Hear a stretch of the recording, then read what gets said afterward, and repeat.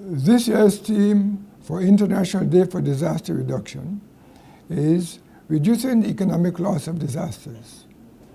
This is quite fitting, considering the extent of the damage that the region has faced from a diversity of hazard impacts over the past few years, but in particular, the destruction that resulted in 2017 and 2018 from floods, hurricanes, and other natural phenomena. We know that catastrophic type events can have severe negative consequences on economic growth and development.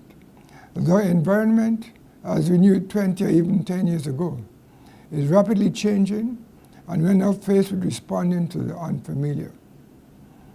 A territory such as the Virgin Islands that has undergone economic transformation over years now has to address new vulnerabilities that are emerging. The Virgin Islands has been known for its advances in disaster management over the past 40 years. We have invested significantly in developing systems and structures that promote risk reduction. But we witnessed that it takes only one catastrophic event to cripple our infrastructure.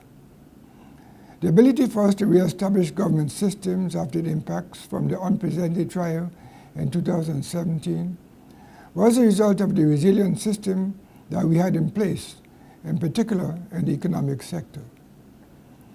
Our damage and loss estimates show impacts that are 3 times our GDP, with the most severe impacts on housing, utilities, tourism, commerce, agriculture, and the environment. A trend that is very familiar following these types of catastrophic events. We now face budgetary pressures with little options for rebuilding without increasing our debt. To address these challenges, we have developed a recovery development plan that not only looks at how we will rebuild, but how we will strengthen our structures and continue to make our systems resistant to the environmental shocks that are becoming so frequent in our region. The magnitude and scale of the disasters in the Caribbean are now calling for much greater investment in risk reduction in every sector.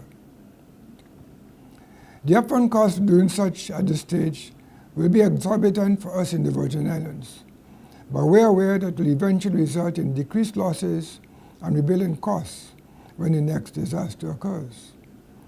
We continue to work to integrate hazard risk management into longer-term national investment programs and development strategies, while ensuring that there is an appropriate allocation of financial resources across all sectors, aimed specifically at reducing vulnerability and risks.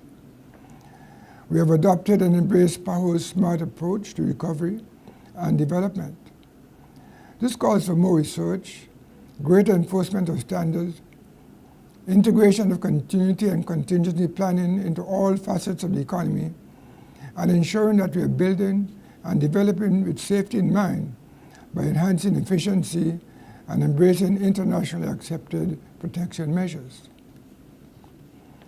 We recognize that our vulnerability is not only driven by climate-related hazards, but also the geophysical, hydrological, and meteorological hazards that have potential to cause even more devastating consequences on our small islands. The SMART approach not just looks at the safety elements, but also the green aspects that will protect our environment and provide for greater efficiency in the operations and functioning of structures. It also pays particular attention to the social elements such as health, education, and livelihoods. Moving forward, we want to implement more practical and measurable activities that allow for vulnerability reduction at the regional, local, community, and individual level. As a government, we cannot plan for and respond to these types of events on our own. A partnership approach is needed with non-governmental organizations, civil society, the private sector, research institutions, and our regional partners such as the Organization of Eastern Caribbean States, Caribbean Disaster Emergency Management Agency, and UNISDR. The reality is that one event can impact many of our states, and we need to ensure that our partnerships continue to strengthen so that we have the ability to not only respond as a region, but to support our Caribbean neighbors.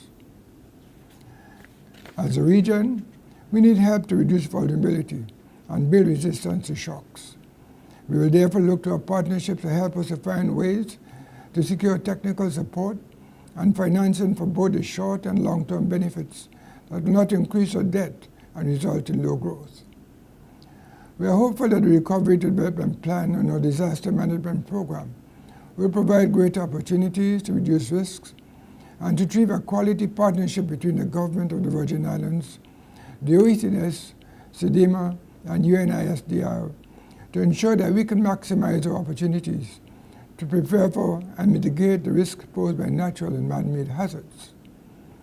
So moving forward, our focus as a government will be to restore economic growth through a smart recovery to development approach, which focuses on building better, stronger, and greener in a more sustainable and resilient way. Our efforts will be placed on the people of the Virgin Islands to ensure that those less fortunate and most vulnerable have the opportunity to benefit from the initiative plan. We will continue to strengthen our disaster management program, enhance the legal framework to support its implementation, and build capacity among our people while building the disaster resilience of these Virgin Islands.